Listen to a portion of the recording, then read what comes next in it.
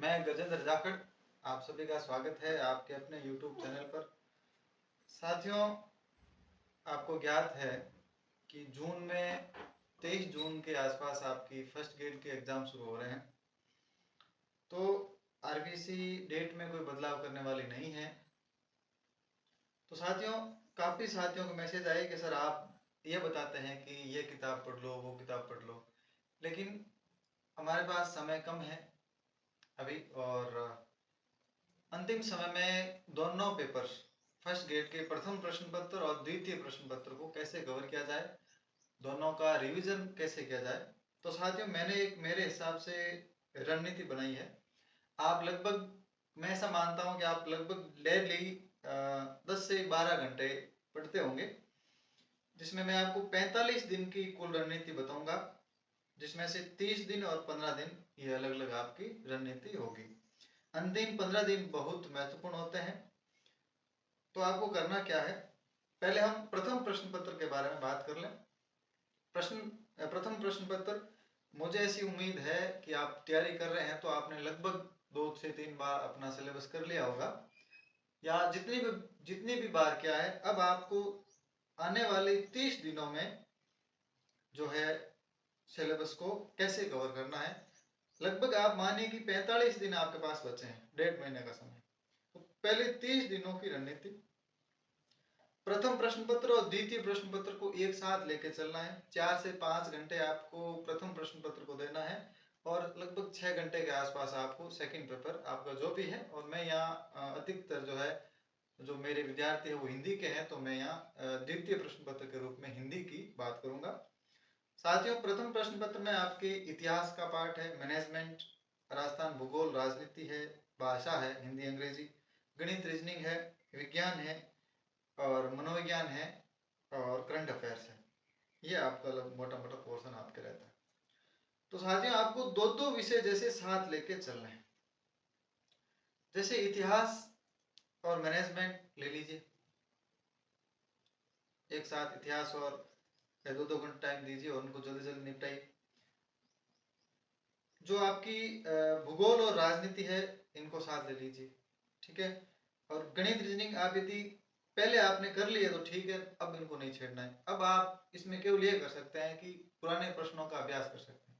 गणित और रीजनिंग में अभी पुराने प्रश्न पत्रों के अभ्यास के अलावा आपको कुछ भी नहीं करना है। विज्ञान में भी आपने यदि पहले कुछ नहीं पढ़ा है तो अब आप एकदम पढ़कर कुछ नहीं कर सकते, पहले आपने पढ़ा है तो ही रिविजन करना है। तो आपको जैसे मनोविज्ञान है और करंट अफेयर्स है, अब आपको करना कैसे है, मैनेजमेंट कैसे होगा। तो 4 से 5 घंटे आप प्रथम प्रश्न पत्र को देंगे। तो आप ऐसे कर सकते हैं, दो दो भागों में बांट लीजिए। जैसे इतिहास और मैनेजमेंट है, इनमें से एक ले लीजिए अभी एक साथ। तो आने वाले 5-7-10 दिनों में आप ये कंप्लीट कर लेंगे एक सब्जेक्ट इसमें से। तो आगे आगे आने वाले 10 दिनों में मैनेजमेंट हो जाएगा।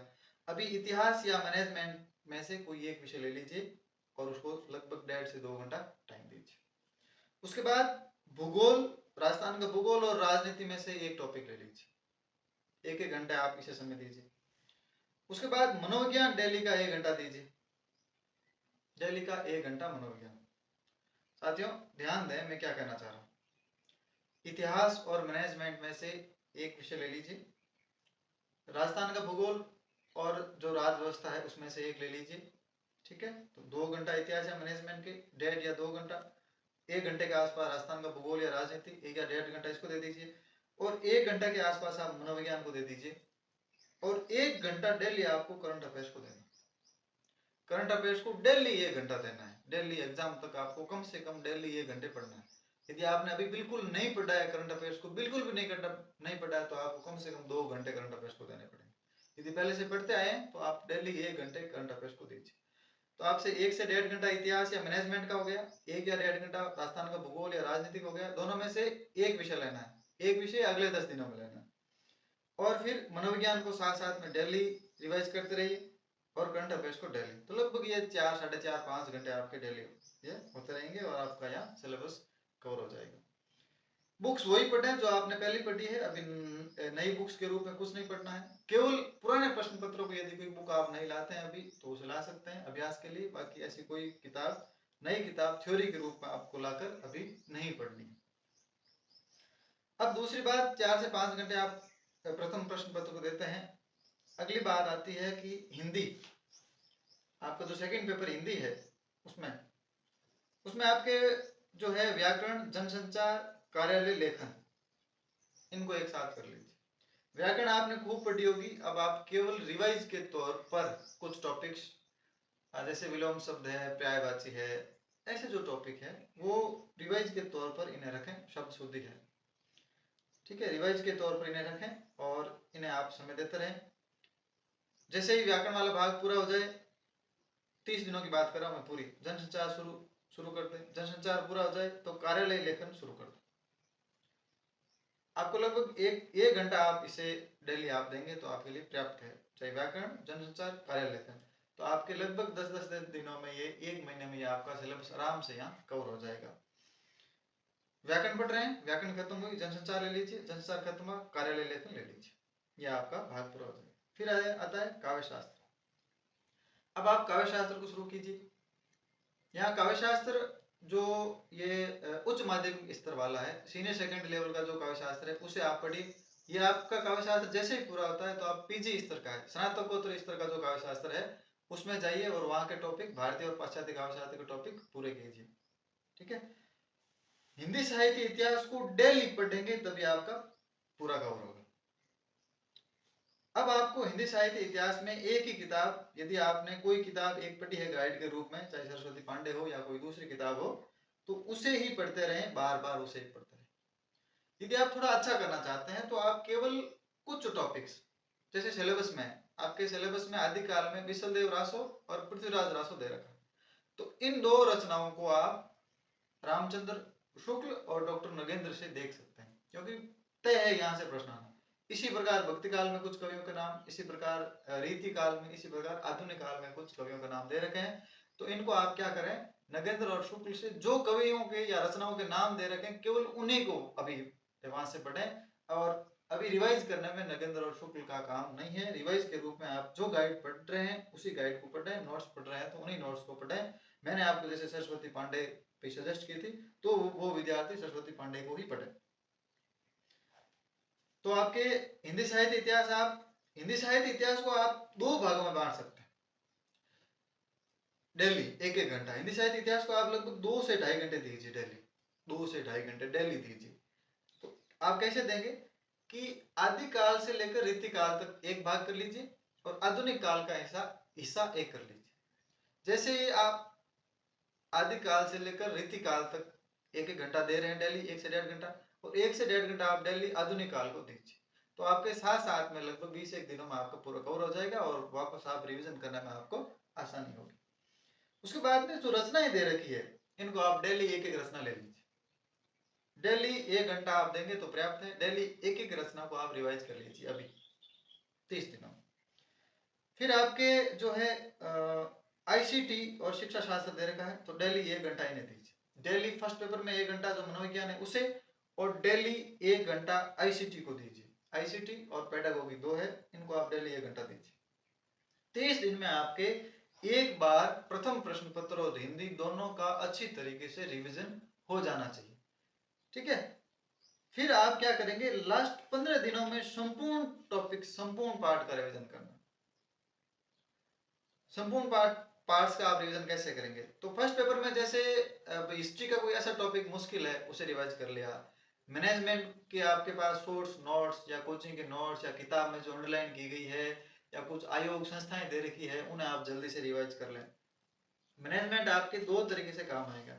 मैनेजमेंट में भी मैनेजमेंट आपकी जो है कैसे आरटीई जब आप पढ़ेंगे, आरटीई 2009, तो आपके मैनेजमेंट में है, मनोविज्ञान में है, ये सब जगह आपके काम आएगी। आरटीई 2009 इसे आप अच्छे तरीके से तैयार करें। तो आप मैनेजमेंट का रिवाइज कर लें उसमें, और मनोविज्ञान देखें। लास्ट 15 दिनों में करंट, संपूर्ण करंट को एक बार लास्ट 15 दिन में रिविजन करना बहुत जरूरी है। पूरे करंट को लास्ट 15 दिनों में एक बार अच्छी तरीके से, लास्ट 15 या 10 दिनों में अच्छी तरीके से रिविजन करना बहुत जरूरी है। अब फर्स्ट ग्रेड को लेकर मैं यहाँ आपके ऑनलाइन नहीं आऊँगा किसी भी टॉपिक्स को लेकर कि अभी आप कैसे पढ़ें क्या पढ़ें, आज पूरी बात कर लूँगा। अगर कोई आपके पास बात ऐसी रहती है जो मैं नहीं बता पाया उसे आप कमेंट्स कर दें तो वहीं मैं आपको जवाब दे दूंगा, या फिर मुझसे आप संपर्क कर लें टेलीग्राम पर, तो वहाँ मैं आपको मेरे कॉन्टैक्ट नंबर प्रोवाइड कर दूंगा और उससे अपन बात कर लेंगे।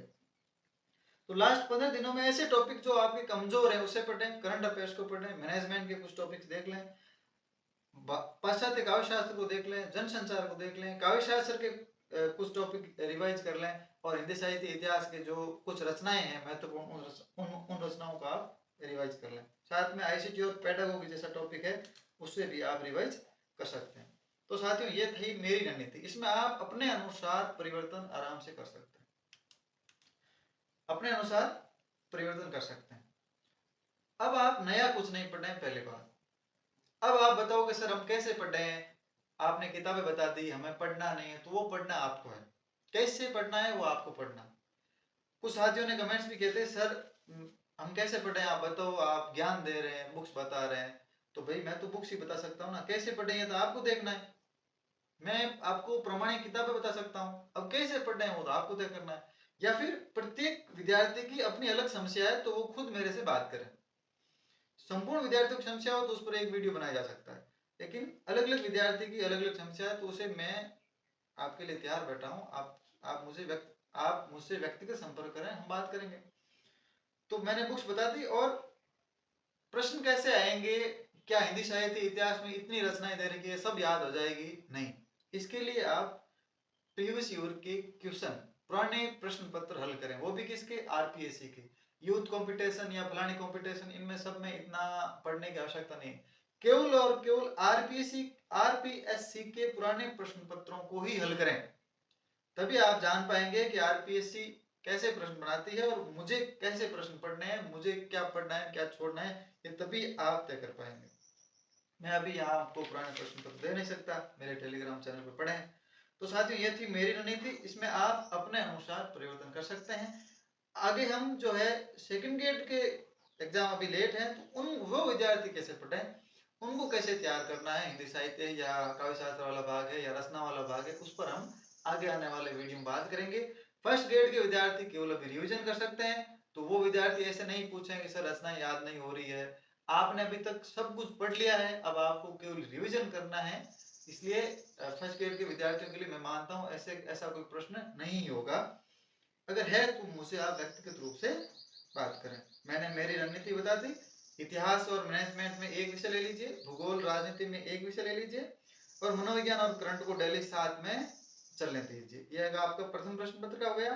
द्वितीय प्रश्न पत्र में आपके व्याकरण, जनसंचार, कार्यालय, लेखन, इनको आप एक साथ ऐसे चलने दीजिए, व्याकरण खत्म हो जाएगी, फिर जनसंचार, फिर कार्यालय, लेखन, 20 दिन 30 दिन पूरा हो जाएगा। काव्य शास्त्र, भारतीय काव्य शास्त्र जो आपका अलंकार छंद है, इनको पढ़ते रहें, यह खत्म हो जाए तो स्नातकोत्तर काव्य शास्त्र जिसमें आपके अरस्तु है, लॉन्जाइनिस है, मनोविश्लेषणवाद है, काव्य हेतु है, काव्य प्रयोजन है, रस है, साधारणीकरण है, ध्वनि सिद्धांत है, वक्रोक्त सिद्धांत है, उनको पढ़ें। हिंदी साहित्य का इतिहास डेली साथ में पढ़ते रहें, भाग बांट दें, रीतिकाल तक एक भाग चलने दें, दूसरा भाग आधुनिक काल से चलने दें। और आईसीटी और शिक्षा शास्त्र ये डेली चल लेते हैं। डेली एक रचना ले लें, कोई भी जो मूल रचनाएं लगी हुई है, कबीर है, चाहे तुलसी है, चाहे आपके बिहारी है, चाहे आपकी कहानियां हैं, कोई निबंध है, ये आप डेली साथ में चल लेते हैं। तो साथियों ये थी 30 दिनों की रणनीति। 30 दिन में एक बार अपना दोनों प्रश्न पत्रों का सिलेबस अच्छे से कवर कर लें। उसके बाद लास्ट 15 दिनों में जो है एक बार फिर जो मोटी मोटी चीजें हैं उनको वापस कवर कर लें। सबकी अपनी अपनी है कि मुझे ये टफ लगता है तो वो लास्ट 15 दिनों में पढ़े। और टेस्ट सीरीज के नाम पर यह है कि आप एक विद्यार्थी का मेरे पास कॉल आया कि सर मेरे ऐसी कोई किताब है उसमें हिंदी साहित्य के और जनसंचार के, व्याकरण के सारे टॉपिक अनुसार प्रश्न, पुराने प्रश्न दे रखे हैं, सॉरी पुराने प्रश्न नहीं, नए प्रश्न ऐसे ही बनाकर दे रखे हैं किसी टीचर्स द्वारा, जिसमें मेरे 100 में से 50-60 ही सही हो रहे हैं। तो साथियों ऐसी किसी किताब के चक्कर में नहीं पड़े। आरबीसी का प्रश्न पत्र का मामला अलग है, टीचर्स ऐसे ही 4 ऑप्शन दे देते हैं, बना देते हैं, उनका कोई लेवल नहीं होता है, ऐसे प्रश्न आरपीसी नहीं पूछती है। आपको केवल आरपीएससी के पुराने प्रश्न पत्र हल करने हैं। आप कोई पहले से टेस्ट सीरीज ज्वाइन कर रखी है तो वो केवल इसीलिए उसे टेस्ट देते रहें कि अपना आकलन करते रहें कि मेरे कौन सा पार्ट्स कमजोर है, नहीं कि आपको स्कोरिंग अच्छा करना है टेस्ट सीरीज में। मैं मेरा बताता हूँ कि मैं जो असिस्टेंट प्रोफेसर के समय मैंने जो टेस्ट सीरीज ज्वाइन की थी उसमें मेरे 60% तक अंक ही आते थे, ठीक है ना। तो इसमें कोई घबराने की बात नहीं है, केवल इसीलिए दें कि आपके जो है कौन सा पार्ट आपका कमजोर है उसे आप सुधार सकें। बाकी निश्चित रहें, पढ़ते रहें, एग्जाम के लिए आपको